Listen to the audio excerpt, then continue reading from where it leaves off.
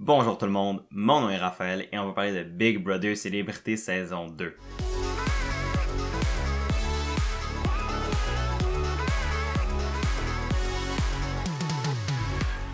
Aujourd'hui, on va faire ce que j'avais mentionné que je voulais faire depuis longtemps et on va classer les 17 joueurs et joueuses de la saison 2 de Big Brother Célébrité Québec. J'ai extrêmement hâte de faire cette vidéo, j'adore classer les joueurs, j'adore évaluer leur game et donc quoi de mieux pour célébrer cette fin de saison qui, oui, on va se le dire, ça fait quand même déjà quelques semaines. Mais je pense qu'il fallait quand même que je fasse cette vidéo-là malgré le délai parce qu'elle nous permet de revenir un peu sur justement toute la saison. Et donc, on est là, c'est le moment de le faire. On va donc classer les 17 joueurs et joueuses de la saison. Et évidemment, là, vous allez voir mon classement, mais moi, ce qui m'intéresse aussi énormément, c'est votre classement. Donc, si vous avez une opinion et un classement des joueurs de la saison de Big Brother Célébrité saison 2, mais évidemment, mettez-le dans les commentaires, ça va me faire plaisir de lire tout ce que vous avez à dire là-dessus. Et évidemment, n'hésitez pas à justifier aussi vos choix si vous avez des raisons qui font en sorte qu'un joueur ou une joueuse est placé en avant ou en arrière d'autres. Et si vos choix diffèrent évidemment des miens. Puis, avant de commencer, je veux quand même mettre quelques petites règles au clair. Mais premièrement, il y a tellement de manières d'évaluer la game de Big Brother, puis comment les joueurs et les joueuses vont décider de s'approprier les règles et la manière qu'ils vont vouloir jouer au jeu. Big Brother est un jeu qui est physique, qui est un jeu qui est stratégique, qui est un jeu qui est social. Donc, il y a plusieurs manières d'évaluer les games. Il y en a qui vont penser que la stratégie est plus importante. Il y en a qui vont penser que c'est le social qui est plus important. Et toutes ces manières-là sont valides. Moi, ce que j'aime, c'est de voir un peu tout mis ensemble et voir comment les joueurs peuvent s'approprier chacune des sphères du jeu et de voir un peu comment ils vont naviguer à travers peu importe les situations qui sont là-dedans. Et comme toute liste de ce genre-là, c'est évidemment très subjectif. C'est juste mon opinion à moi, donc évidemment, je prétends pas avoir le savoir absolu. Donc, si vous n'êtes pas d'accord avec mon classement ou mon ordre, n'hésitez pas à me le dire dans les commentaires. Mais évidemment, je vous demanderai de rester poli. On est là pour avoir du fun, malgré tout. Et l'autre grosse règle que je veux mettre de l'avant, c'est le respect. C'est facile quand on vient d'évaluer les games des gens, de venir à être passionné par ce qu'on dit, mais j'ai énormément de respect pour tous les joueurs et les joueuses qui se sont lancés dans l'aventure de Big Brother Célébrité saison 2. C'est pas un jeu facile, et donc là, ce classement-là n'est pas un classement de eux en tant que personne, mais eux en tant que joueurs et joueuses, en tant que personnages de Big Brother Célébrité, et je vous demanderai dans les commentaires de garder ce même niveau de respect-là, parce que c'est la base pour leur remercier de s'être porté au jeu de Big Brother. Donc, c'est pas mal ça pour les petites règles. On se lance après ça. On a 17 joueurs et joueuses à classer. Donc, on a beaucoup de choses à se dire. Et c'est parti. J'ai en masse jasé. Voici le classement pour vous. 16e place, Valérie. 16e place, Seb Plante. Et on commence cette merveilleuse liste par une potentielle controverse-ish. Oui, je commence mon classement avec une égalité en dernière place. J'arrivais vraiment pas à départager qui de Seb ou Valérie méritait la dernière place du classement parce que les deux ont d'énormes fautes dans leur jeu et j'arrivais pas à départager laquelle je trouvais qui était le pire ou est-ce qu'il y avait un élément qui me permettait tant de les séparer. Et donc, je me suis dit, regarde, je suis indécis dans la vie, fait que je vais l'assumer jusqu'au bout. Les deux, pour moi, ça mérite la dernière place du classement. Mais je veux quand même expliquer pourquoi je pense qu'ils sont les pires joueurs et joueuses cette saison. Mais premièrement, parlons de cette plante qui, je le rappelle, est la première personne éliminée de la saison à la semaine 1 sur un backdoor en plus, après que Hugo ait utilisé le veto sur Steph. Seb, pour moi, c'est un joueur qui n'a pas joué tant que ça à Big Brother. Déjà en rentrant, il s'est isolé très vite du reste de la maison. Il était pas le joueur le plus socialement apte et il a pas comme su s'intégrer dans les dynamiques sociales dans la maison. Puis quand tu rajoutes ça au fait que volontairement, puis pour les raisons qu'on connaît, Seb a voulu un peu se séparer des filles, a pas voulu jouer à Big Brother avec les filles dans la maison, surtout les jeunes filles qui composaient entre autres le trio des filles de la Chambre Bleue parce que ça le mettait mal à l'aise. Mais en faisant ça, il s'est complètement comme exilé du reste de la maison stratégiquement et socialement. Puis puisqu'il en a fait un peu déjà très vite un paria et une cible facile. Ce que ça fait, c'est que ça l'a clairement mis un désavantage en rentrant dans la maison à la semaine 1, et il n'a jamais été capable de rattraper, il n'a jamais été capable de perdre un peu cet isolement-là qu'il avait créé avec lui, Eddie et Carl en étant les trois de la Chambre Rose, et ça l'a tout de suite mis en retard. Puis quand on combine ça en plus au fait que la semaine 1 et la saison en général a commencé à vitesse grand V par Michel qui a juste fait 3 millions d'alliances, Seb a jamais embarqué dans ce rythme-là puis ça l'a mis dans le trouble. Et donc là, tu sais, je critique la game de Seb depuis tantôt. Alors vous pourrez me demander pourquoi il est pas dernier tout seul et Valérie est en avant de lui. La raison, c'est que pour moi, Seb a quand même démontré quelque chose qui est intéressant, et c'est qu'il a quand même démontré une capacité de jouer de jeu et une combativité à la fin de la semaine. Oui, il a été mis sur le bloc, oui, il était en danger d'élimination, oui, il a quitté la semaine 1, mais il a su reprendre un peu sa game en main à la fin et essayer de faire changer la situation pour survivre à son élimination qui semblait évidente à la semaine 1 après qu'il ait été mis sur le bloc. J'ai aimé cette combativité-là, et les points qu'il soulevait pendant cette fin de semaine-là étaient valides. Évidemment, c'était trop peu, trop tard pour lui, parce que la dynamique de la maison faisait en sorte que c'était forcément lui qui allait quitter, en plus avec l'alliance des filles qui voulaient protéger Léo. J'ai de la misère à croire que Seb aurait réellement pu faire changer de quoi, mais il a essayé, et c'est déjà quand même pas si mauvais considérant que c'est le premier éliminé, puis quand on se compare à la saison passée, un premier éliminé c'était Geneviève Borne, puis c'était pas glorieux.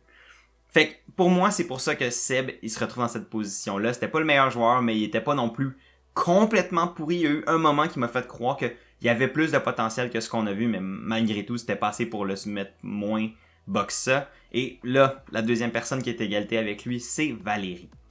Valérie qui, évidemment, a quitté la game, et c'est un peu pour ça, entre autres, qu'elle se retrouve en dernière place. Mais avant que je dissèque sa game, pour moi, je comprends pourquoi Valérie a quitté la maison. La santé mentale, c'est un sujet à prendre au sérieux, et Valérie a décidé de quitter la maison pour prendre soin d'elle, et ça, je respecte ça à 100%. Fait que je la blâme vraiment pas d'avoir quitté sur cet aspect-là.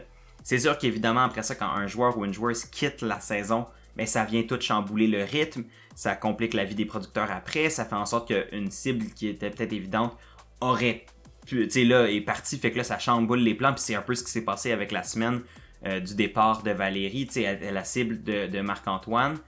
Et là, en partant, ça l'a fait changer ses plans, puis ça a eu une influence sur la suite de la saison. Fait que c'est sûr que ça, c'est dommage, mais encore une fois, les raisons de son départ, je les comprends tout à fait et je les respecte. Mais, alors là, pourquoi est-ce que Valérie se retrouve en dernière place? Elle a quand même survécu 2 semaines et demie, ce qui est plus vraiment que Seb Plante. Donc déjà là, c'est un avantage pour elle. Mais par contre, les semaines qu'elle est restée, elle était pas très bonne, elle était pas très active. Quand elle essayait de s'impliquer socialement, mais souvent ça se retournait contre elle, elle s'est pas intégrée dans les dynamiques de la maison plus qu'il faut. Fait que c'était difficile pour moi de justifier de la placer aussi également plus haut dans la liste. Fait que je trouvais que les deux avaient comme des défauts dans leur jeu, mais les deux étaient pas non plus complètement pourris. Il y avait des éléments qui faisaient en sorte que j'avais de la misère à les départager. Fait que c'est pour ça que les deux se partagent la 16e place.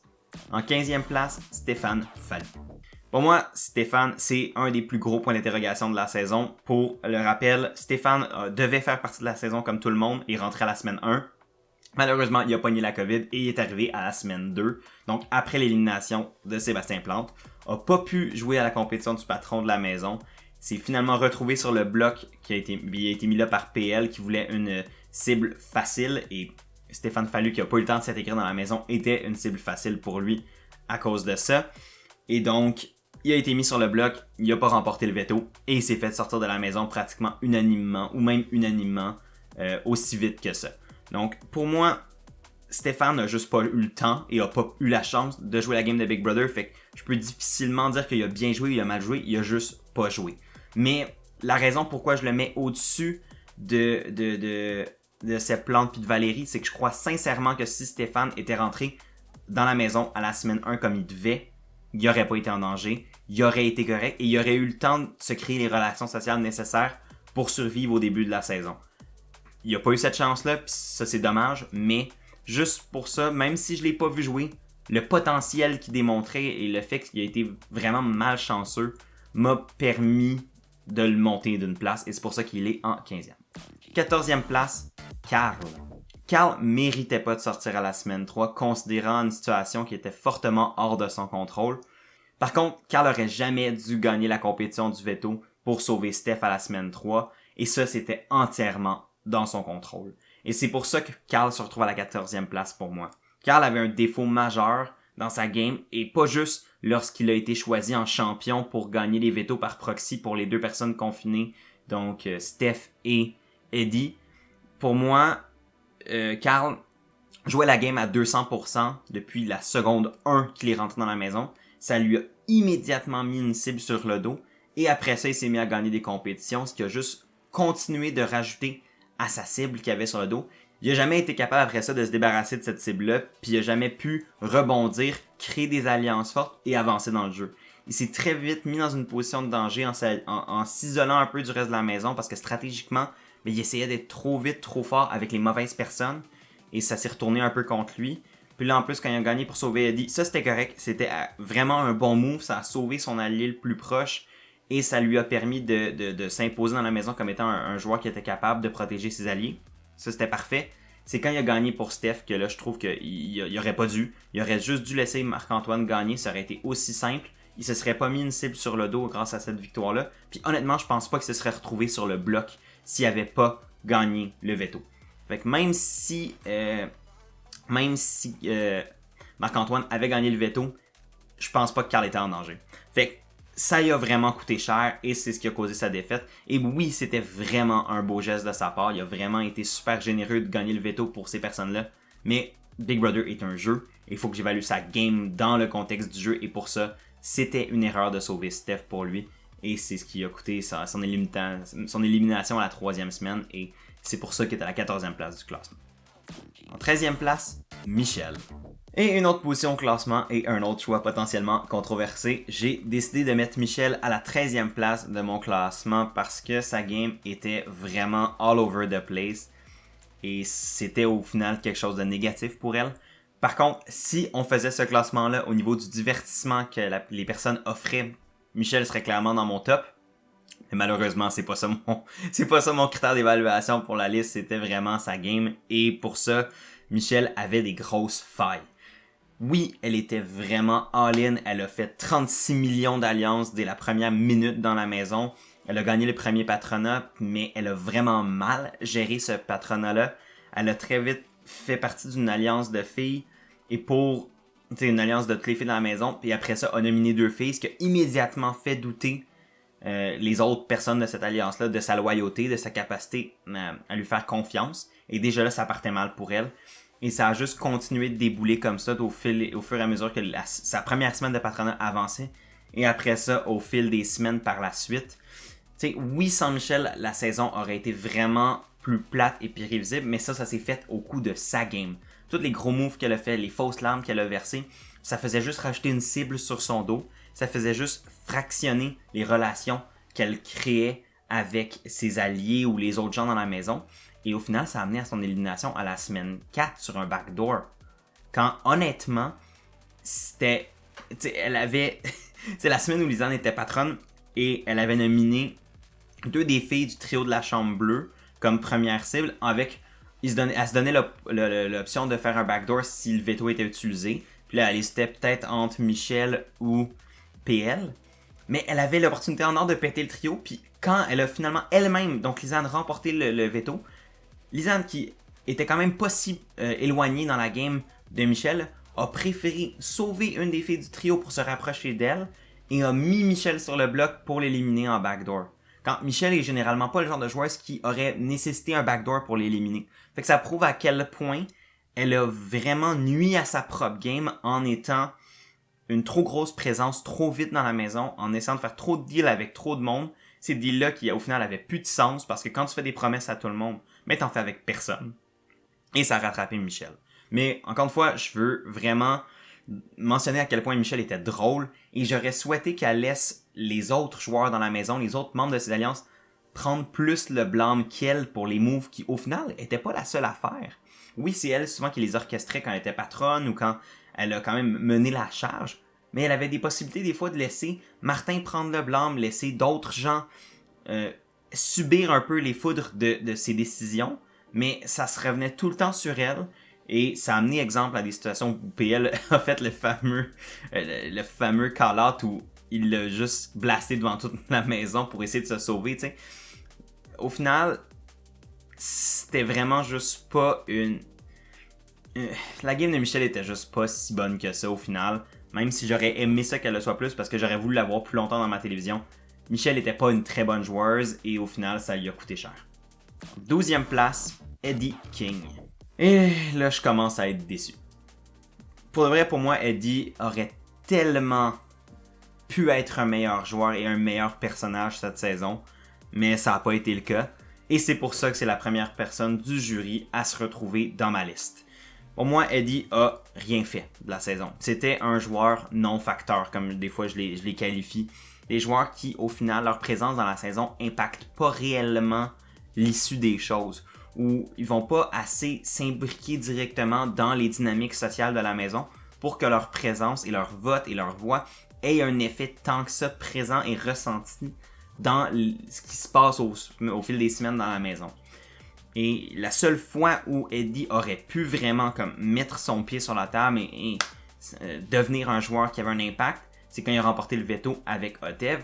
Et même là, ça a fini par être la seule semaine de la saison, et je vous jure que c'est vrai parce que je suis allé vérifier, la seule semaine de la saison où le veto n'a pas été utilisé. Je veux pas dire que le veto doit être utilisé à chaque fois, vraiment pas. Ça peut être une excellente stratégie d'utiliser le veto pour protéger quelqu'un que t'aimes, ou quand ça va t'avantager parce que ça va permettre de mettre un autre joueur dangereux sur le bloc. Mais là, c'était le moment pour que Eddie puisse afficher quelque chose dans la game, s'acheter de la loyauté, montrer quelque chose, et au final, il a protégé le trio des filles en n'utilisant pas le veto, il leur a rendu une faveur et s'est fait backdoor la semaine d'après par le même trio de filles. Ben là, qui était pas un trio à ce stade-là de la game, mais par Eleonore, il s'est fait backdoor la semaine après, quand il a protégé le patronat de Claudia la semaine d'avant. Tu sais, fait au final, la passivité d'Eddie était vraiment une nuisance pour sa game. Quand d'autres personnes, ça les a peut-être aidé leur passivité. Pour Eddie, ça l'a juste rendu complètement invisible, ça l'a rendu un non-facteur. Puis j'avais vraiment espoir que Eddie montre sa personnalité, qu'il soit drôle, qu'il soit divertissant. Puis il nous a montré un moment touchant, il a été capable des fois d'être vraiment drôle, mais c'était pas assez pour rendre sa game intéressante, c'était pas assez non plus pour pallier au fait qu'il a pas vraiment joué la game plus qu'il faut. Et c'est dommage, pour moi je suis vraiment déçu parce que j'avais vraiment espoir que Eddie soit un meilleur joueur que ça, mais c'était pas le cas. Et il a quand même survécu jusqu'au jury, il a quand même survécu pas mal plus longtemps que les personnes qui se retrouvaient avant lui dans le classement. Donc c'est pour ça qu'il se retrouve à la 12e place. Mais j'ai fortement l'impression qu'Eddie aurait pu être meilleur, mais c'est pas ça qu'on a eu. En 11e place, Catherine Peach. Donc Catherine a.k.a. Peach, donc je vais l'appeler Catherine ou Peach un peu n'importe comment pendant ce segment pour elle. À partir de cette position-là, on rentre un peu dans une autre catégorie de joueurs et de joueuses. Là, on rentre dans les joueurs et les joueuses qui, selon moi, avaient une opportunité ou un potentiel de se rendre plus loin. Pas nécessairement de gagner, mais au moins de nous en montrer plus que ce qu'on a eu. Et les joueurs qu'on voyait avant, c'était des joueurs qui au final nous ont pas donné grand-chose ou sont fait éliminer trop tôt pour en donner plus. Là, c'est des joueurs qui sont souvent rendus un petit peu plus loin, mais qui montraient justement par ça du potentiel, mais qui n'a jamais pu être réalisé parce qu'ils sont quand même fait éliminer un peu plus tôt. On est dans le milieu de la game à peu près à ce stade-ci du classement. Et la pire des joueurs qui font partie un peu de ce tier-là, de ce groupe-là, c'est Catherine Peach, qui était quand même très bien positionnée dans la maison pendant toute la première moitié de la saison.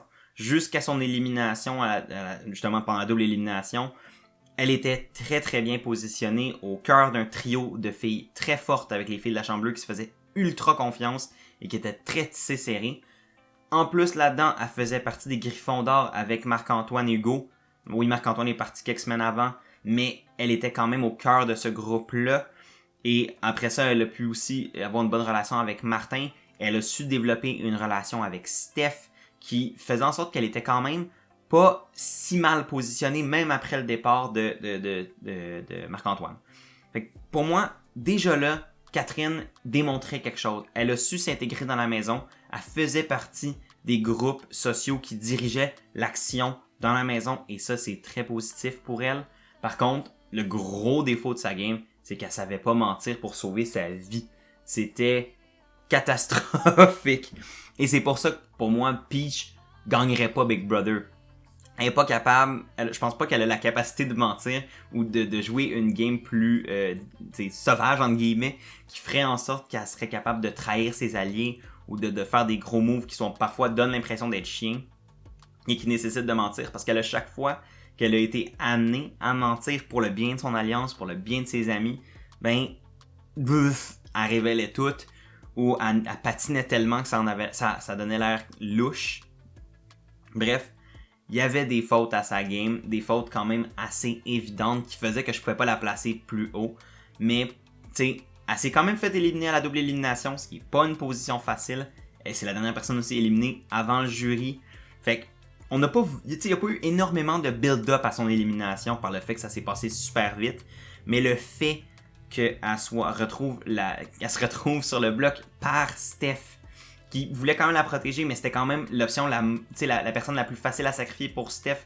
Fait que c'est pour ça qu'elle s'est retrouvée sur le bloc. Puis en plus, c'est Claudia qui a dû choisir entre elle et Léo. Puis c'est elle qui a brisé l'égalité pour sauver finalement Léo au lieu de Peach. Mais ça m'a démontré que Peach, même si elle était bien intégrée dans la maison, elle était aussi pas mal dans le bas de la liste des priorités des gens dans la maison. Ce qui l'a pas plus aidé et ce qui a pas plus aidé son classement au final ici dans mon power ranking. Il faut aussi que je mentionne son erreur monumentale d'avoir révélé à Guylaine que Hugo savait c'était qui la patronne invisible. Ça a donc donné clairement un indice à Guylaine que la patronne invisible se trouvait dans le trio de filles, ce qui a mené par la suite à l'explosion du trio de filles, au fait que c'est devenu la cible numéro 1 dans la maison et que, au final, 2 semaines plus tard, pendant la double élimination, Steph a remporté le patronat et a tenté de les cibler justement parce que Steph était proche de Guylaine et Guylaine s'est retrouvée sur le bloc. Ça a comme créé un beau bordel. Puis tout ça à cause du fait que Peach a ouvert sa trappe. Parce que sinon, Martin aurait probablement réussi à manœuvrer autour de ça pour les protéger pendant la semaine. Et c'est ce qui a causé son élimination au final 2 semaines après. Et c'est ce qui a peut-être nuit aux chances de son alliance de se rendre plus loin. Donc, pour moi, Peach a démontré plus que les joueurs avant elle dans le classement, mais pas assez pour me faire croire qu'elle avait des réelles chances de gagner la game, des réelles chances de réussir plus loin dans la game, et c'est pour ça qu'elle se retrouve à la 11e place de mon classement. En 10e place, PL. Ah, ça me fait mal de te mettre aussi bas, PL. Mais en même temps, t'es pas si bas que ça, t'es quand même à la moitié, puis je pense honnêtement que c'est la bonne position, considérant que PL est quand même parti avant à la phase du jury. Là, on commence à rentrer dans un bout beaucoup plus difficile du classement où il y a beaucoup de joueurs qui leur game est très similaire ou est très difficile à différencier au point de vue d'un classement. Mais pour moi, PL est probablement dans ce cadre-ci de joueurs, un de ceux qui a le plus de potentiel. PL pour moi, c'était un joueur classique de Big Brother. Pas classique au sens de comment Big Brother se jouait il y a 20 ans quand ça a commencé, mais plus classique au sens de c'est celui qui brisait le plus le moule de célébrité et de la manière dont les saisons célébrités se sont jouées au Québec pour rentrer dans ce qui se faisait plus à Big Brother Canada, Big Brother US. Il n'y a plus le côté Kumbaya, on est tous amis qu'on retrouvait des fois au Québec. Tu sais, la saison 1, c'était du Kumbaya pratiquement tout le long, tout le monde s'entendait super bien, c'est la fraternité, l'amour. Je dis pas que PL est pas comme ça. Tu sais, clairement, le dude appréciait ses cochambreurs et tout ça. Mais il y avait cette séparation entre le jeu et les émotions qui était beaucoup plus forte que pratiquement tous les autres candidats cette saison. Ce qui a amené son gameplay à être beaucoup plus stratégique, beaucoup plus impressionnant à regarder et qui donc pour moi me donne l'impression que PL pourrait rejouer à Big Brother et faire encore mieux. Et pourrait même aller dans une saison comme Big Brother Canada ou Big Brother US, exemple, et bien se débrouiller. Malheureusement, c'est sûr que là, le fait qu'il a été très rapidement associé à Michel en début de saison et qu'on sait tous que Michel a un peu implosé avec tous les gros moves, toutes les alliances, mais il a été un peu affilié à ça, il a fait partie un peu de la chute de Michel et quand Michel est tombé, mais PL est un peu tombé avec elle.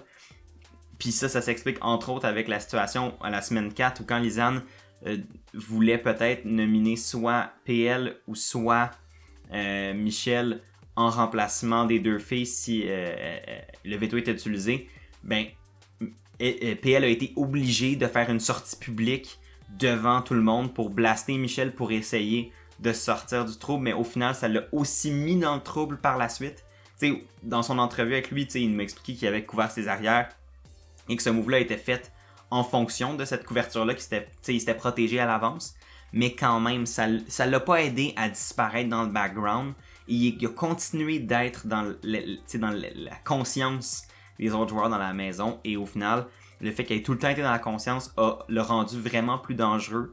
Il dégageait vraiment cette impression-là d'être un joueur stratégique qui aurait pu être plus camouflé s'il avait été plus discret après sa semaine de patronat. Puis ça n'a jamais été le cas. Puis, tu sais, je trouve ça dommage parce que je pense que PL aurait pu se rendre loin. Puis il n'a pas été capable de, quand venait le temps réellement, d'utiliser ses atouts naturels qu'il a pour la game de Big Brother. Puis il n'a pas réussi à assez les mobiliser ou il était rendu comme trop peu trop tard pour les mobiliser. Tu sais, comme quand Martin l'a mis sur le bloc. Puis il a été la nomination de rechange à la semaine de patronat de Martin. Tu sais, je pense honnêtement que Martin aurait peut-être bénéficié d'un PL dans la maison plus longtemps, parce que je pense que pour PL, Martin était un allié avec qui il se serait vu avancer. Puis ça faisait un bouclier de plus pour Martin, sauf que il n'a pas été capable de faire valoir cette position-là plus tôt. Il s'est retrouvé sur le bloc. Puis là, après ça, ben, pour Claudia, pour ses alliés, ben, ça devenait encore plus évident qu'il fallait sortir PL, parce que sinon ça pétait déjà le trio des filles. Alors, tout le monde a comme mis un peu en œuvre un plan pour sortir PL, et c'est dommage parce que pour moi PL il a travaillé super fort pour sortir Marc-Antoine, il a montré un potentiel de game impressionnant, mais qui n'a jamais pu être vraiment mis en action autant que possible, et c'est pour ça qu'il se retrouve à la 10e place. Mais PL, si jamais tu refais un Big Brother, je serais curieux de voir si tu serais capable de faire mieux si jamais tu écoutes cette vidéo aussi. En 9e place, Guylaine. Guylaine, pour moi, c'est une de mes plus grosses surprises de la saison. Je m'attendais tellement pas à voir Guylaine comme une des joueuses les plus dominantes de la première moitié de la saison. Et pourtant, elle l'a été, et elle a été quand même de manière vraiment impressionnante. Pour moi, Guylaine a complètement mené certaines des éliminations avant la phase du jury, notamment celle de Stéphane, où on l'a vu vraiment pousser en lionne pour que ce soit lui qui parte. Et honnêtement, j'ai regardé les stats, elle a voté pour tout le monde. Elle a voté dans la bonne direction du vote majoritaire de la maison à tous les votes d'élimination, sauf la fois où elle était sur le bloc et la fois pendant la double élimination. Sinon, à toutes les fois où Guylaine a pu voter avant son élimination à elle était votée avec la majorité. Ça, ce que ça me laisse comprendre, c'est que Guylaine avait le pouls de la maison. Et on l'a vu tout au long de la saison. Quand Guylaine a dit à tout le monde « Je sais ce qui se passe dans la maison », ben elle le savait réellement parce qu'elle était bien connectée avec différentes personnes dans la maison qui faisaient partie de différentes alliances et qui faisaient assez confiance à Guylaine pour lui révéler ces informations-là. Guylaine était super proche de Hugo puis de Marc-Antoine, ce qui faisait qu'elle avait un pied indirect dans les Griffons d'Or, dans les Cool Kids. Elle avait une bonne relation avec Steph, avec Lisanne jusqu'à un certain point, qui faisait en sorte qu'elle était capable d'aller chercher des informations avec elle. Et elle avait aussi, tu sais, comme... Elle était vraiment positionnée au milieu de la maison pendant le début de la saison. Puis elle s'est quand même relativement sortie du trouble malgré ça. Et malgré le fait que les compétitions, elle a jamais été tant performante dedans. Fait qu'elle devait absolument compter sur sa game sociale et sa stratégie pour survivre aussi loin qu'elle l'a fait. Et elle l'a bien fait. Par contre, c'est pas parfait. Vraiment pas. Je pense que pour moi, le plus gros problème de Guylaine, ça a été dans son attitude par rapport à certaines situations, notamment avec Eddie. Des fois, elle montrait que sa capacité d'écoute, ou tu sais qu'elle savait ce qui se passait dans la maison, fait que donc sa décision était la meilleure. C'est peut-être le cas, mais à Big Brother, quand c'est un jeu très social et qu'il faut que tu t'adaptes à comment les gens vont réagir à ce que tu dis, mais Guylaine, des fois, démontrait de la difficulté à faire ce travail-là d'écoute puis d'adaptation. Et ce qui a mené à des frictions dans ses alliances, ce qui a mené au fait que les gens qui auraient dû normalement travailler avec elle à 100%, mais commençaient à avoir des doutes, avaient des frustrations et au final, voulaient plus nécessairement travailler avec elle. Puis je pense à Eddie, mais il y en a d'autres. Puis non seulement ça, ben la manière, tu sais, elle a ciblé le trio de la fille de la Chambre Bleue en premier en disant c'est un danger dans la maison. Et c'est très vrai. pour de vrai, ça, j'ai vraiment apprécié que Guylaine soit capable d'identifier le trio des filles de la Chambre Bleue comme un des gros obstacles dans la maison. C'était le bon call. Surtout considérant en plus que les filles la ciblaient elle aussi. Fait que mettre une cible sur leur dos à elle la protégeait indirectement aussi. Mais des fois, c'était les commentaires qui venaient avec la manière dont on parlait des filles de la Chambre Bleue qui après ça, moi, me causait à moins triper sur la game de Guylaine. Je trouvais que socialement, ça faisait un peu plus dur. Puis dans le contexte d'une saison où le jury peut voir les épisodes, admettons que Guylaine se rend à la fin, ben les filles, Eddie, pouvaient voir des fois la manière dont Guylaine agissait et aurait pu ne pas vouloir voter pour elle à la fin à cause de certains défauts sociaux de la game de Guylaine. Mais autrement, pour moi, Guylaine jouait avec un archétype qui était vraiment assez rare. C'était quasiment comme un petit peu il y a un archétype qu'on appelle quand on analyse ces shows-là qui s'appelle le parrain ou la parraine. Le parrain ou la marraine plutôt. Comme en référence comme à la mafia, c'est comme la personne dominante qui va être celle qui va caler les shots puis qui va utiliser comme un peu la peur puis le contrôle pour s'assurer de garder ses soldats en ligne. Je trouvais qu'il y a des moments dans la première moitié de la saison où Guylaine me faisait vraiment penser à cet archétype-là, comme on a pu voir des fois à Big Brother ou à Survivor, des joueurs qui utilisaient leur information puis leur contrôle puis leur capacité sociale pour garder leurs soldats en ligne. Guylaine avait cette capacité-là et c'était vraiment impressionnant de voir de ce type de joueuse-là. Et fait que c'est ça, elle avait des qualités qui, pour moi, étaient vraiment marquantes, mais aussi des gros défauts, ce qui a fait en sorte qu'elle a fini par être vraiment ciblée par beaucoup de gens dans la maison et elle s'est faite sortir comme première membre du jury à cause de ça. Et je pense que la 9e place de mon classement est tout à fait fair pour une joueuse comme Guylaine. En 8e place, Marc-Antoine. On arrive au dernier joueur de mon classement qui se retrouve pas dans le jury avec Marc-Antoine Dequoy, le joueur de football des Alouettes. Marc-Antoine est le joueur qui m'a le plus surpris en début de saison par sa capacité à détacher les émotions du jeu, à jouer vraiment le Big Brother comme étant un jeu. Puis ça me surprend pas trop considérant qu'il étudie en études du jeu vidéo. Il y a probablement une capacité fictionnelle de déconnecter le jeu de la réalité plus facile que d'autres. Et il a vraiment été capable de faire cette séparation-là entre ce qui était du jeu et ce qui était personnel. Et donc, c'est permis de jouer la game vraiment stratégique, a fait des alliances dominantes dès le début avec les Griffons d'Or, a su créer des relations personnelles en un à un, vraiment fortes avec Martin, Hugo, Guylaine, Peach, puis j'en passe.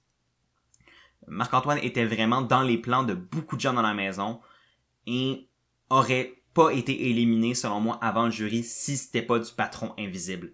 Et même dans le patron invisible, je pense qu'au final, Claudia regrettait d'avoir éliminé Marc-Antoine. T'sais, même si au final elle s'est rendue loin, le fait que Marc-Antoine a été celui qui a quitté a pas nécessairement aidé la game des Griffons d'Or. Fait que c'était comme une erreur et Marc-Antoine a payé les frais de cette erreur-là, mais a surtout payé les frais du fait que Trana et PL ont vraiment mieux joué que lui pendant sa semaine de son élimination pour justement flipper le vote contre lui et faire en sorte qu'il parte. Tu sais, un joueur, un danger physique, si on veut, de la place, du calibre de Marc-Antoine, aurait pas dû partir sur un vote de 5-4 aussi serré. Normalement, si c'est un joueur comme ça qui se retrouve sur le bloc, il se fait sortir d'aplomb parce que c'est le genre l'opportunité en or de le sortir. Mais là, Marc-Antoine, par sa force sociale, a quand même réussi à presque rester dans la maison dans cette situation-là. Et la seule raison pourquoi il est parti, c'est que justement, t'as Trana puis PL, entre autres, t'as Stéphanie aussi, puis Guylaine qui ont travaillé comme des malades pour essayer de s'assurer qu'ils partent. Et c'est finalement ce qui s'est passé. Mais j'ai vraiment apprécié la game de Marc-Antoine. Tu sais, son patronat à la semaine 3, normalement, aurait dû être un patronat facile pour lui. Il avait déjà ciblé en Valérie une outsider facile à éliminer. Comme ça, il avait le patronat, donc il avait le pouvoir d'avoir ces relations-là en 1v1 avec les personnes, de pouvoir avoir des discussions et créer des relations sociales fortes. Mais là, par le départ de Valérie, il a dû tout changer ses plans et il a mal un peu géré cette semaine-là. Je pense que c'est pour ça qu'il est pas si haut que ça dans mon classement, c'est qu'il a fait des erreurs qui ont créé des ennemis après. En mettant Lisanne et Steph sur le bloc, mais ça y a fait des ennemis en justement... Steph trippait un peu moins, Lisanne trippait un peu moins, il y a du monde qui n'ont pas apprécié le move de Marc-Antoine. Puis après ça, en plus, quand le veto a été utilisé par Steph pour se sauver, mais gagné par Karl, puis que là, Karl a été mis sur le bloc après ça, ben ça a vraiment pas fait un ami. Il s'est pas fait un ami avec Karl, avec Eddie. Fait qu'il y avait, cette semaine-là, finalement, a été vraiment compliquée, mais à la base, elle aurait jamais dû l'être. Et encore une fois, pendant la semaine invisible, considérant que c'était Claudia qui l'avait gagné, puis que Claudia avait pas l'intérêt au départ de cibler son alliance tout de suite, il aurait pas été en danger, mais on sait tous maintenant, Claudia a un peu surjoué. Elle a voulu protéger son identité tout en essayant de mettre des gros joueurs sur le bloc. Ça a fait en sorte que Marc-Antoine a été sur le bloc. Il n'a pas réussi à gagner le veto de quelques secondes à peine. Et a finalement... et en plus, l'autre personne qui était super dangereuse à côté de lui, Martin, a gagné le veto. Fait que là, il était pogné sur le bloc. Et les autres personnes ont travaillé vraiment fort. Puis ça, tu sais, Guylaine, après ça, elle, c'était soit elle ou Marc-Antoine qui partait. Fait que Guylaine a dû travailler super fort pour rester, même si c'était contre Marc-Antoine qui était son allié. Et au final, Marc-Antoine en a payé le prix. Puis il s'est fait sortir à la semaine 5.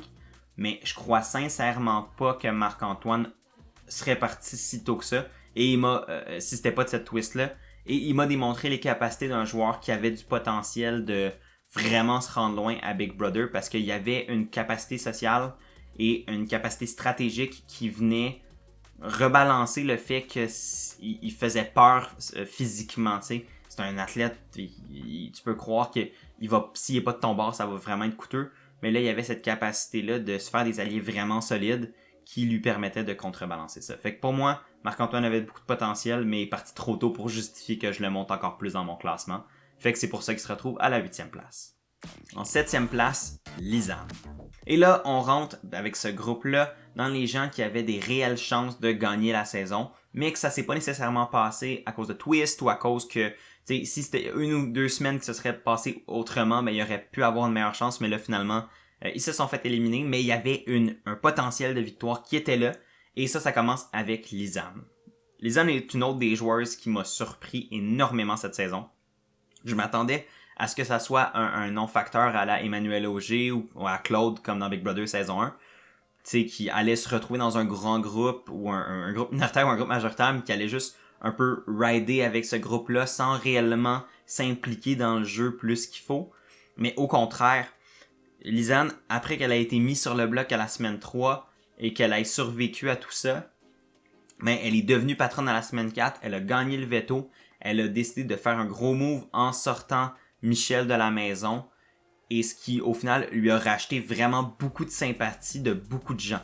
Fait qu'elle est passée d'une position où elle était sur le bloc et elle avait des réelles chances de quitter et elle a pendant un bout été la cible de Marc-Antoine à gagner le patronat et utiliser ce patronat-là à la semaine 4 pour complètement changer sa position dans la maison et se mettre dans une position avantageuse pour la suite et une position qui l'a amenée pratiquement vers la fin du jeu. Et elle a été surtout nuit à la fin de la game par la décimation complète de ses alliés, par les victoires constantes de Claudia, de Martin et de Léo dans le patronat qui, au final, ont toujours priorisé leur groupe de 5 à Lisanne, à Trana, à Eddie, à toutes les autres personnes qui ont au final fait les frais de cette alliance-là. En fait, le problème, c'est que Lisanne, Trana, ces alliés-là, ont pas réussi à gagner une compétition du patron qui au final leur permettait de s'asseoir et de consolider leur place dans la maison et de faire changer la dynamique sociale. Ce qui a fait en sorte que le groupe de 5 s'est toujours retrouvé au pouvoir et ils n'ont jamais pu faire changer la vapeur et il n'y avait plus assez de capital social et il était trop dangereux. Et puis Lisanne était l'exemple typique de ce joueur, elle était trop dangereuse à amener plus loin parce qu'elle était trop sympathique. Elle était un underdog et elle n'était pas dans l'alliance qui semblait contrôler les choses. Donc la garder était dangereux et c'est pour ça qu'elle s'est fait éliminer. Non seulement ça, Lisanne a aussi fait comme je disais, des relations vraiment fortes, notamment avec Trana qui a utilisé le veto pour la sauver une fois, ce qui l'a aidé dans le jeu. Et même Steph qui a préféré utiliser le veto sur Léo pour tenter de sauver. Et Steph qui a utilisé le veto sur Léo plutôt que sur elle-même pour tenter de protéger Lisanne de se retrouver sur le bloc. Donc, il y avait vraiment un désir de ces alliés-là de protéger Lisanne, mais ça a finalement pas marché à cause de la voûte, à cause du gros jeu que Martin a sorti pour finalement éliminer Lisanne. Et si c'était si difficile d'éliminer Lisanne que ça, mais ça prouve qu'elle avait quand même un positionnement fort dans la maison. Et je crois que elle était si proche d'avoir une fin de game vraiment plus idéale, mais elle n'a jamais été capable de se mettre elle-même dans cette position-là. Et un moment donné, si tu gagnes pas ta place dans la maison à la fin en étant capable de soit gagner des compétitions ou d'amener tes alliés à en gagner puis à donc te protéger, ben ça devient vraiment difficile. Puis Lisanne s'est retrouvée dans cette position-là. Fait que malgré qu'elle avait énormément de potentiel dans le jeu, elle a trop fait confiance à l'alliance des filles, à l'alliance de Marimé qui au final n'existait jamais réellement. Et elle n'a pas été capable de se mettre dans une position avantageuse en gagnant une compétition ou deux, ce qui a coûté sa game. Et c'est pour ça qu'elle est en 7e place. 6e place, Éléonore. Et donc oui, en 6e place de mon classement, on retrouve Éléonore qui est la finaliste de la saison aux côtés de Steph qui a gagné. Éléonore avec sa 2e place n'a pas quand même suffisamment remonté dans mon estime pour augmenter sa place au classement et elle se retrouve en 6e place.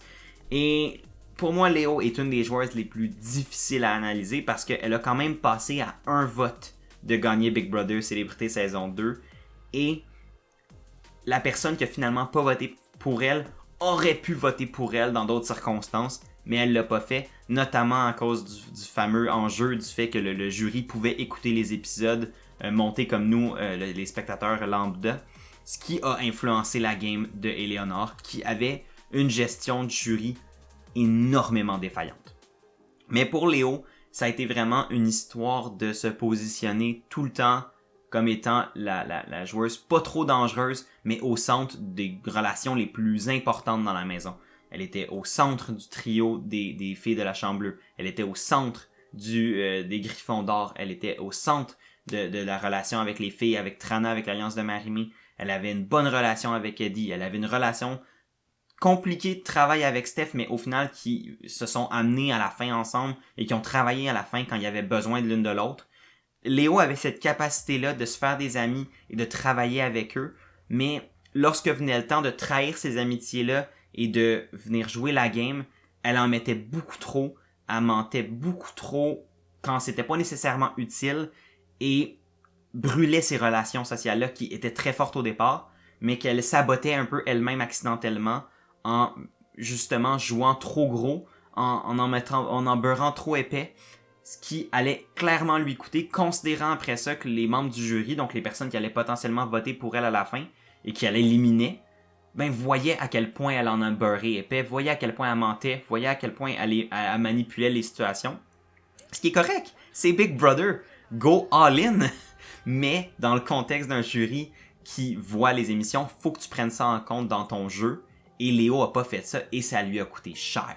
Ça lui a coûté la victoire. Parce que je pense honnêtement que si c'était pas de ça, Trana aurait pu voter pour elle. Il y a d'autres mondes sur le jury qui auraient peut-être été plus portés à voter pour elle parce que sur papier, Léo avait une game quand même impressionnante. Elle a gagné des patrons, elle a gagné des veto, elle a vraiment bien joué socialement pendant une très bonne partie de la saison. Ça s'est gâté par la suite, puis ça a continué de dégringoler par la suite avec justement sa gestion de jury qui était défaillante, mais sur papier, Léo avait une game qu'il pouvait gagner et le format du show qu'elle n'a pas pris en considération dans sa manière de jouer lui a coûté extrêmement cher et c'est pour ça que j'ai de la misère à la mettre plus haut dans le classement.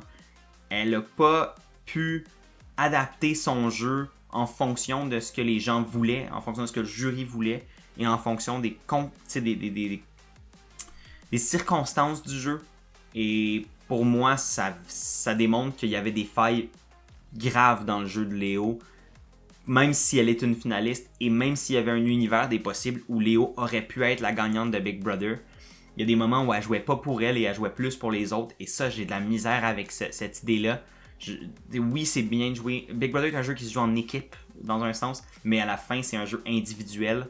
Il faut que tu sois capable de faire valoir le soi. Et des fois, j'ai l'impression qu'Éléonore avait un petit peu de la misère à faire ça et faisait des gestes stratégiques dans le jeu qui étaient activement mauvais pour elle, mais qui bénéficiaient ses alliés à son dépens, ce qui est pas très logique quand tu veux gagner Big Brother.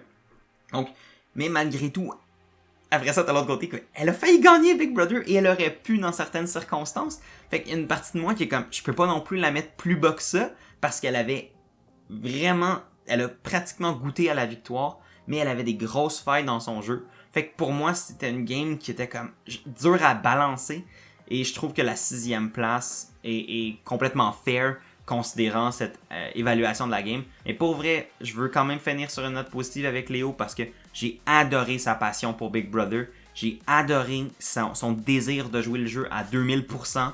Et même si c'était pas tout le temps optimal, même si c'était pas tout le temps parfait, et même si des fois il y avait des trucs dans sa game qui me gossaient, je rêve que les joueurs futurs de Big Brother aient tous la passion et le fun que Léo a amené à Big Brother Célébrité saison 2. Pour ça, j'y lève mon chapeau.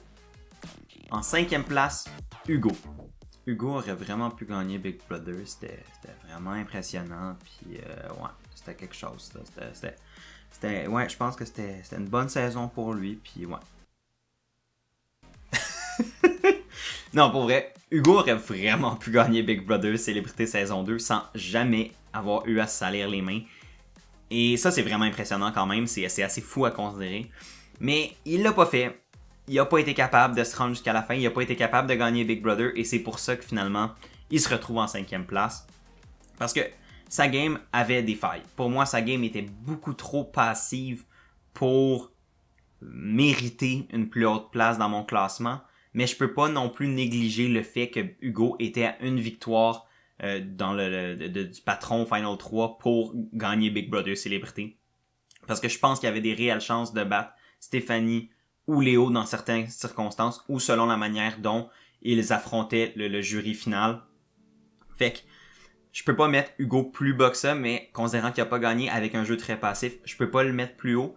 Par contre, la game d'Hugo a été passive, mais a été passive stratégiquement. Hugo a volontairement pas voulu se salir les mains parce que pour lui, ça l'amenait à faire des choses qu'il avait pas besoin de faire pour se rendre loin. Et, tu sais, je suis pas... Tu sais, il a jamais pratiquement touché le bloc jusqu'au Final 4.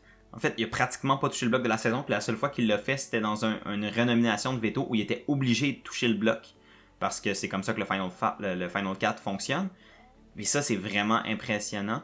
Et généralement, tu sais,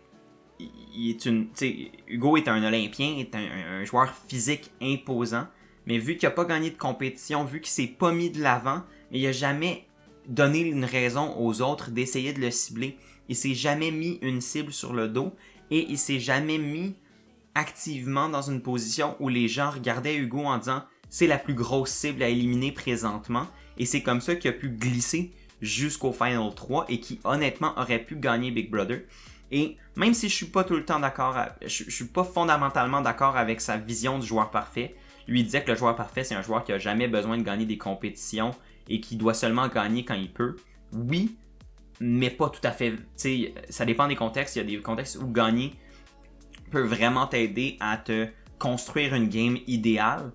Hugo avait pas nécessairement besoin de ces victoires-là, ce qui est impressionnant, mais en même temps, est-ce que cette passivité-là aurait pu mériter de gagner? C'est là aussi que j'ai des doutes. Fait que, pour moi, Hugo, il y avait un plan en arrivant, en essayant de pas gagner de compétition, en se mettant pas une cible sur le dos, en étant vraiment, en disparaissant un peu dans le background, et il a réussi à mettre en action ce plan-là. Il a seulement gagné des compétitions la semaine 2, à la semaine 11, puis à la fin. C'est comme quand il avait vraiment, c'est comme il était obligé de gagner s'il voulait survivre. Et pour ça, c'est quand même vraiment impressionnant qu'il ait su exécuter son plan presque à la perfection. Puis sa game sociale, même si elle était vraiment peu présente dans le show, puis j'ai aimé me moquer un peu du fait que Hugo était très passif, était très comme un peu... Il semblait pas être présent socialement, mais on voyait dans la manière dont les choses se passaient dans la maison que Hugo était ultra présent socialement et sa voix avait un poids énorme dans les décisions de la saison et surtout après le début du jury. Et donc pour ça, moi la game d'Hugo avait une valeur, était impressionnante sur certains aspects et même s'il était passif, je trouve qu'il a vraiment bien maîtrisé d'autres aspects du jeu qui faisaient en sorte que même si il a jamais eu à salir les mains, il négociait assez bien les situations dans la maison pour que ça soit pas juste un défaut puis qu'il en fait ait l'air de flotter à travers la game, mais plutôt c'était vraiment un plan, c'était stratégique et il a su l'exécuter et donc Même s'il n'a pas gagné, je pense que cette volonté-là de sur son plan, de jouer sur son plan et de le réaliser, méritait la 5e place de ce classement. Et c'est ça. C'était pas la game la plus divertissante, mais c'était une game efficace pour lui, puis qui aurait pu lui permettre de gagner Big Brother. En 4e place, Stéphanie. Et oui, Steph, la gagnante de Big Brother Célébrité saison 2, n'est pas dans mon top 3. Je sais, vous êtes chouquette, moi aussi, mais en fait, non, pas tant. Parce que pour moi, Steph aurait même pu être plus basse que la 4e position, mais elle a remporté la saison et ça vaut quand même pour beaucoup.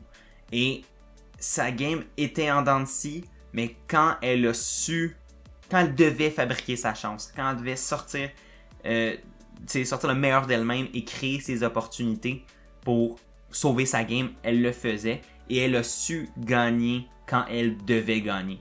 Et donc, la game de Steph était quand même impressionnante à ce niveau-là. Pour moi, Steph, elle a gagné parce qu'elle a réussi à éliminer les 3 personnes qui me restent à parler dans ce classement-là. La manière dont la saison 2 de Big Brother Célébrité s'est jouée faisait en sorte que les grosses cibles partaient très rapidement. Et Steph a été très bonne pour se camoufler en arrière de ces grosses cibles-là, causer leur élimination au bon moment et faire en sorte de profiter de leur départ à la fin pour gagner les compétitions, ce qu'elle était capable pleinement de faire et de consolider sa place à la fin, tout en naviguant ses relations sociales qui étaient moins fortes que beaucoup de gens dans la maison cette saison, mais qui étaient quand même assez suffisantes pour lui permettre de survivre une round de plus, survivre une semaine de plus, et après ça, pouvoir elle-même se mettre dans une position avantageuse en gagnant un veto, en gagnant un patronat, en trouvant une manière de se sauver. Et elle a fait ça jusqu'à la fin. Et au final, quand elle est arrivée dans le Final 3, elle a su prendre sa destinée en main, gagner le dernier patronat et se rendre à la fin. Et elle a gagné Big Brother et elle a clairement pas volé sa victoire. Par contre, c'est pas une game parfaite. Elle avait des défauts sociaux, elle était pas tout le temps ultra bien intégrée dans la maison. Des fois, ça semblait plus difficile pour elle. Elle a eu des moments où les émotions ont pris le dessus sur la stratégie, surtout en début de saison. Mais elle a su rebondir, elle a su améliorer sa position dans la saison. Et au final, elle a quand même mieux joué et elle a su profiter elle a su s'adapter au profil de la maison assez pour se rendre à la fin. Elle a quand même survécu au bloc final d'une semaine 4 fois. Elle a touché le bloc 7 fois. Puis elle a survécu à chaque fois. Et ça veut indiquer quelque chose. Mais en fait, la plus grande qualité de la game de Steph pour moi, c'est son timing. Elle a gagné quand elle avait besoin de gagner. Elle a fait les moves qu'elle avait besoin de faire quand elle devait les faire. Et elle a sorti elle a vraiment sorti sa compétition la plus féroce au moment où elle devait le faire. Fait que pour moi, Stéphanie a pas volé sa victoire, mais il y a des gens qui ont mieux joué qu'elle. Et c'est ces gens-là qui, pour moi, vont prendre les 3 premières places du classement. Mais le fait que Stéphanie ait sorti ces 3 personnes-là a pavé le chemin vers sa victoire. Et c'est pour ça que sa 4e place dans mon classement est très méritée. Et au final, je suis content qu'elle ait pu gagner parce que ça montre que Big Brother, c'est pas tout le temps le joueur le plus dominant de la saison, le joueur le plus talentueux, mais c'est celui qui s'adapte le mieux à sa saison, c'est celui qui navigue le mieux sa saison. Et c'est une métaphore que j'ai souvent accolée à Stéphanie. Et pour moi, Stéphanie a le mieux navigué la saison. Et c'est pour ça qu'elle a gagné Big Brother Célébrité saison 2. En 3e place, Trana.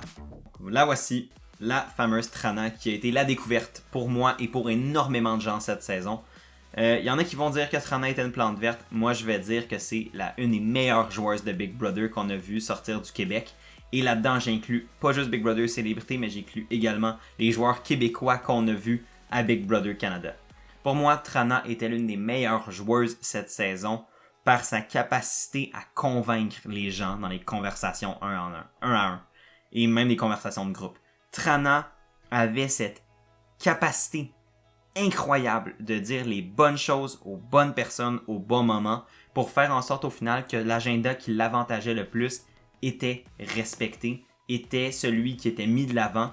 Et même si elle n'a pas tout le temps réussi à mettre en action les plans qu'elle voulait, évidemment parce qu'elle n'a pas gagné, mais même si elle n'a pas été tout le temps capable de se mettre dans la meilleure position possible, elle a toujours trouvé le moyen, ou presque, d'en sortir intacte. Même quand toutes les chances semblaient tourner contre elle, Trana a réussi à tourner la machine, à faire changer la vapeur et à s'en sortir jusqu'à temps qu'au Final 4, ben, elle a juste pas réussi à gagner une compétition, soit du veto ou soit le patronat pour s'acheter sa place dans le Final 3. Et après ça, ben, si elle réussissait à se rendre dans le Final 2, pour moi, elle gagnait absolument.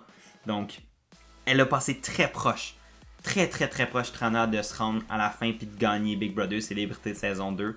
Mais en même temps, elle a rien à se reprocher, elle a pas à avoir honte de sa game parce que c'était vraiment impressionnant. Elle a gagné des compétitions. Fait que pour tous ceux qui disaient qu'elle abandonnait, moi inclus, Trana nous a montré qu'elle était capable de gagner quand elle voulait. Elle était capable de gagner quand elle devait.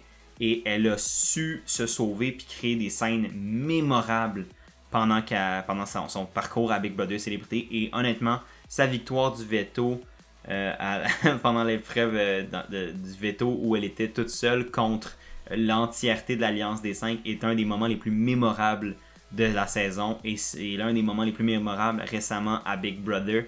C'était vraiment une scène incroyable. Et ça, elle l'a complètement créé par elle-même parce qu'elle voulait jouer à Big Brother, elle voulait rester dans la maison et elle s'est battue pour sa place. Puis pour honorer Trana avec sa 3e position, je veux faire juste une petite liste des moves impressionnants qu'elle a fait qui n'ont pas eu tout le temps autant été mis en valeur, mais qui pour moi démontrent le talent de Trana. C'est elle qui a fortement organisé le blindside de Marc-Antoine pendant le patronat invisible de Claudia, ce qui a vraiment nui à la game de Claudia, à la game de Léo, mais qui a avantagé sa game par la suite. Elle a forcé la main à Martin de la garder en sécurité pendant la semaine du double patronat où elle et Martin avaient gagné le patronat ensemble, mais c'est Martin qui était devenu patron. Martin voulait cibler Trana, mais à cause de cette victoire-là, puis à cause de la manière dont elle lui a parlé, elle a réussi à se protéger pendant cette semaine-là, puis c'est pas elle qui est partie. Quand c'était clairement ce que Martin voulait faire et qui était clairement son meilleur move à cette semaine-là. Elle a aussi convaincu Claudia et Léo de se retourner contre Martin et Hugo et d'éliminer Martin quand il était plus que 6 dans la maison, puis que le groupe de 5 a été forcé de s'attaquer. Ben, elle a été capable de jouer la bonne carte aux filles pour les faire flipper contre Martin. Et elle a quand même réussi à convaincre Steph de sortir Claudia au Final 5 quand Claudia et Léo se retrouvaient sur le bloc. Et pour que Claudia parte, ben, c'était non seulement éliminer une joueuse extrêmement dangereuse qui restait dans la maison, mais pour Trana, c'était un des meilleurs scénarios possibles parce que là, ça faisait en sorte que, évidemment, elle a resté en vie.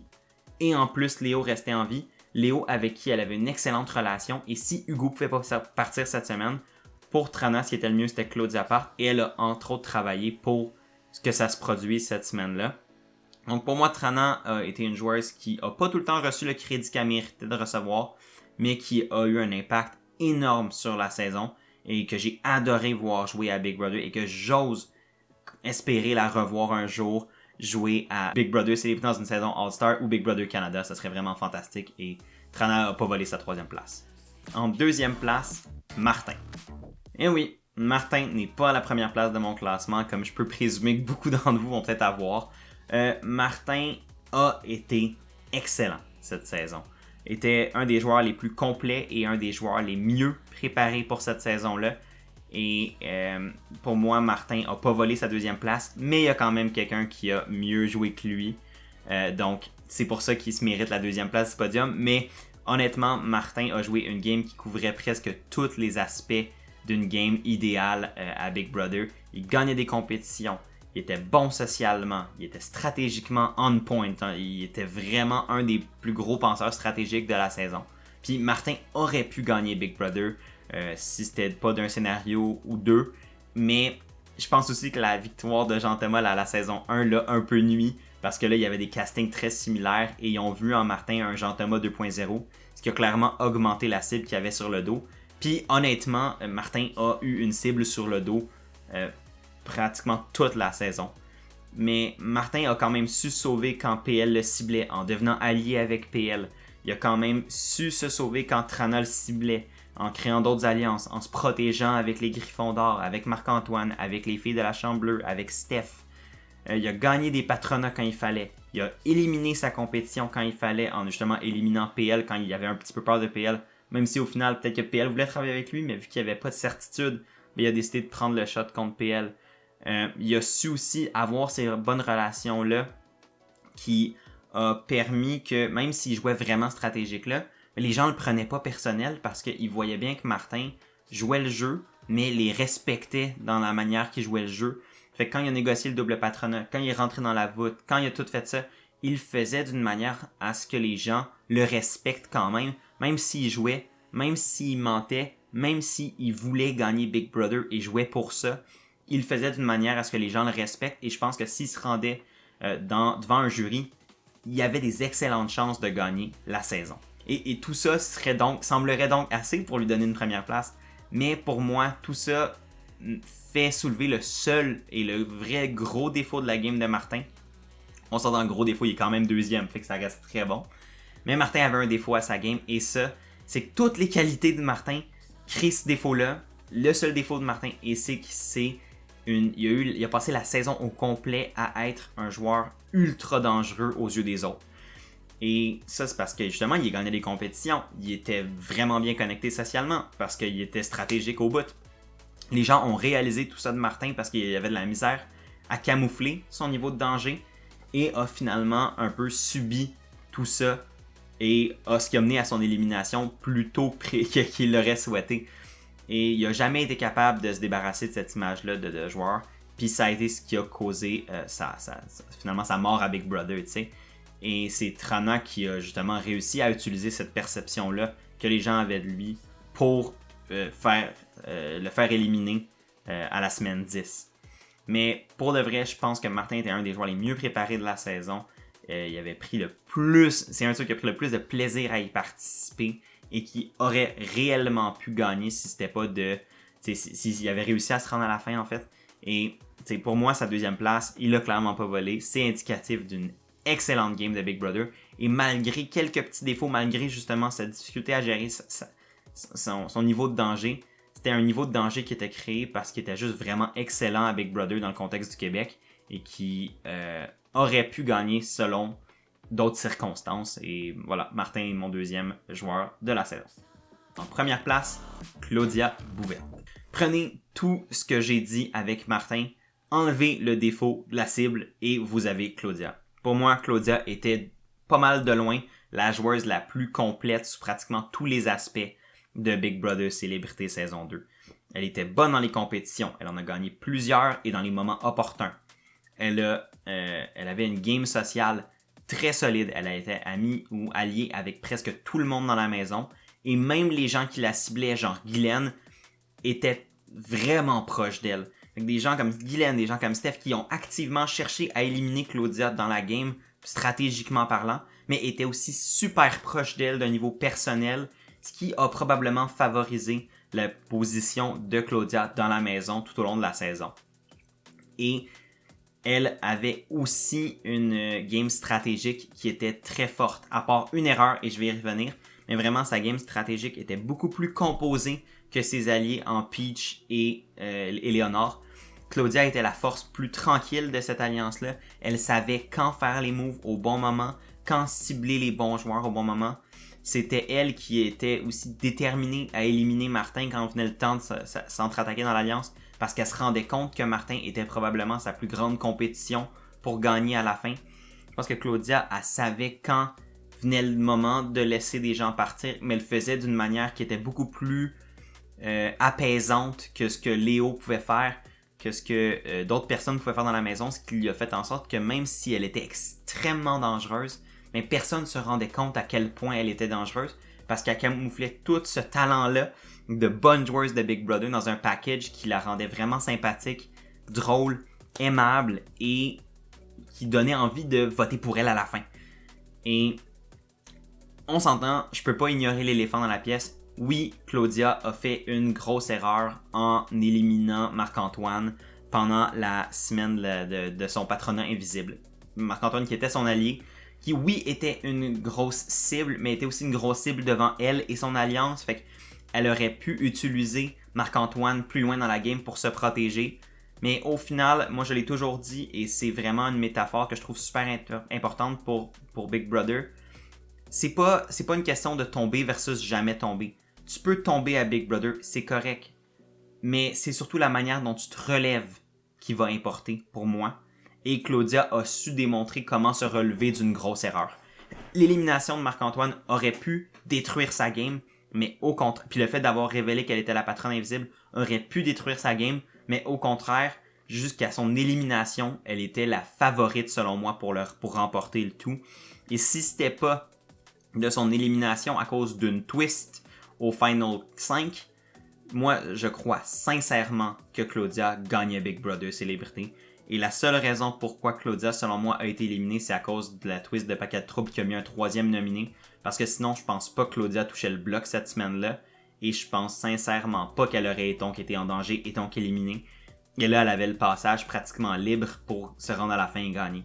Quand l'opportunité après ça est venue pour Steph d'éliminer la joueuse la plus dangereuse, elle l'a fait. Elle a éliminé Claudia.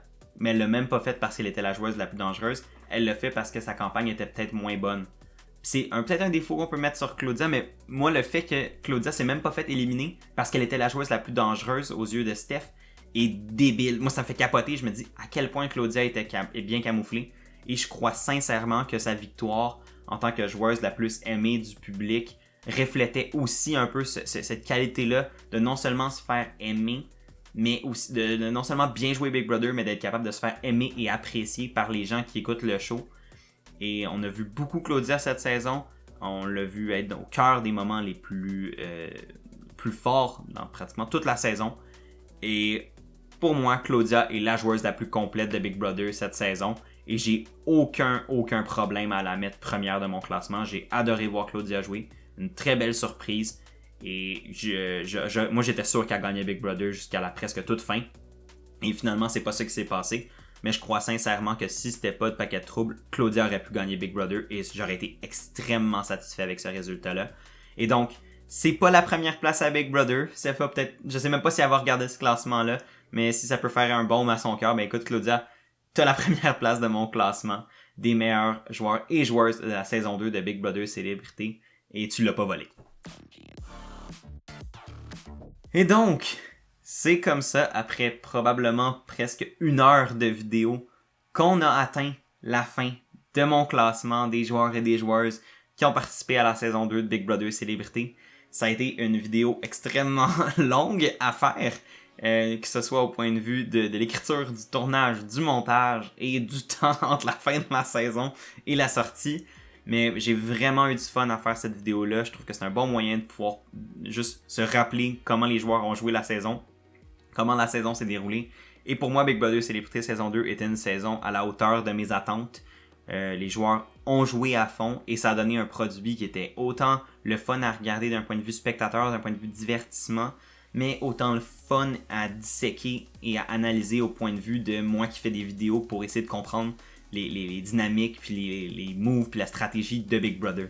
Fait que c'était une excellente saison et j'espère que le gameplay des joueurs et des joueuses que j'ai indiqué ici et les bons et les moins bons coups ont pu mettre en valeur cette saison-là. Évidemment, moi ce qui m'intéresse maintenant que mon classement est fait, c'est de savoir le vôtre. J'ai très hâte de lire vos classements, donc n'hésitez pas à mettre votre classement dans les commentaires. J'ai super hâte de lire ça et j'ai hâte de pouvoir en discuter. Est-ce que vous êtes d'accord avec moi? Est-ce que vous n'êtes pas d'accord avec moi sur mes propres classements? Mais dites-le moi dans les commentaires également, j'ai très hâte de lire ça. Mais évidemment, si vous avez aimé la vidéo, n'hésitez pas à aimer, partager, commenter. Comme je l'ai dit toute la saison, c'est super apprécié et ça aide vraiment la chaîne. Et d'ici là, moi je vous souhaite un super bel été. Évidemment, il y a encore Survivor, Big Brother Canada qui se termine ou qui s'est terminé, tout dépendant quand est-ce que la vidéo sort. Il y a aussi Big Brother aux États-Unis qui va commencer cet été et éventuellement Survivor Québec.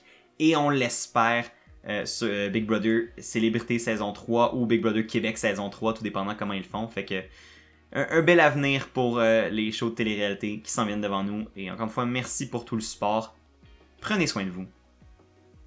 Et à la prochaine.